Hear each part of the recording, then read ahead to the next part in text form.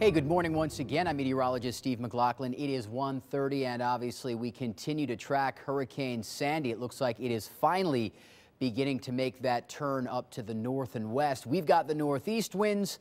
With that wind right off the Atlantic Ocean pushing into Long Island Sound, all that water will be piling up tomorrow morning, tomorrow night, Tuesday morning, especially in southwestern Connecticut. That is where we will see the worst conditions. Sustained winds between about 15 and 20.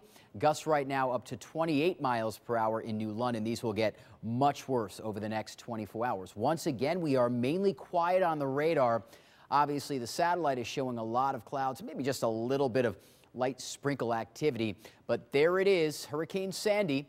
Category 1, winds still at 75, nasty outer bands of rain just pushing into Virginia. And that rain for us is still about 6 to 12 hours away. It'll get heavier as the day goes on tomorrow and especially into tomorrow night. Again, the latest guidance shows that turn is just about to happen. The newest advisory actually won't come out until 2 o'clock and then again at 5 o'clock. That's when we'll know for sure if it has made that turn, but it looks like that's what it wants to do right now. There's Monday at 8 p.m. and there is Tuesday at 8 a.m., which means landfall southern New Jersey at about midnight tomorrow night into Tuesday morning, give or take. And as we've been talking about, with the storm there now and there at landfall, the entire duration of the storm approaching, we've got that onshore flow, which is why we have several hours, 4 high tide cycles of that water getting pushed right into Long Island Sound. All right, this has not changed much. This is what we're thinking Monday and Tuesday morning. That's the bullseye of the rain, 2 to 4 inches of rain. Isolated pockets up to 6 inches, river and flash flooding. Those leaves clogging the drains, so street flooding also an issue. Worst wind conditions tomorrow and Tuesday morning. Sustained winds 30 to 50, still on track. Wind gusts inland 70, shoreline gusts up to 80. That is hurricane force. And our coastal flooding, no doubt this is the story. Moderate flooding tomorrow morning. High tide between 9:30 and 11:30 a.m. Monday p.m. high tide cycle, that's in a little under 12 hours, excuse me, a little under 24 hours. That's going to be the worst conditions, 5 to 11 feet above normal major flooding. We'll repeat that again on Tuesday morning. All right, we've got more now on Sandy, where it is, where it's going, and what it all means. Here's Erica Martine.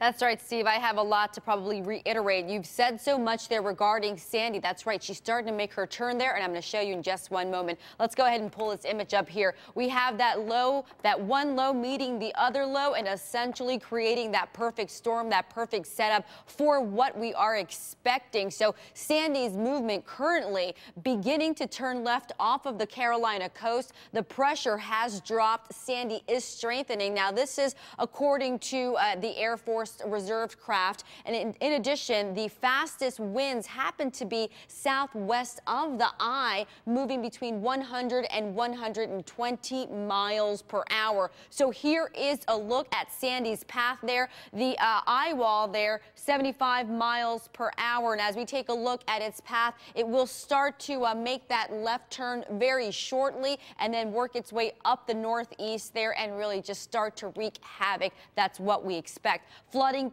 potential is certain. Flood watch issued for the entire state. We do have that coastal flood warning issued starting tomorrow or today, this morning actually, 6 a.m. until 3 p.m. on your Tuesday. As we take a look at our high tide times, we do have Stamford 11:40 a.m., Bridgeport 11:29 a.m. and 11:58 p.m. This is going to be the most dangerous high tide, the 11:58 p.m. New London 9:29 a.m. and 9:52 p.m. That is a correction there, 9:52 p.m. So those nighttime tides, those high tides, that's when it's going to be the most dangerous. The moon will be 99.6% full, essentially a full moon there. Here's a look at our live camera, our exclusive live camera, only here, News 8. This is all we have here. Nobody else has this image here. We will start to see those tides rise there, and we will definitely see just how dangerous things will get. Our wind warnings, we can see high wind warning issued along the entire state and hurricane force wind warnings issued as well. You can always log on to WX Edge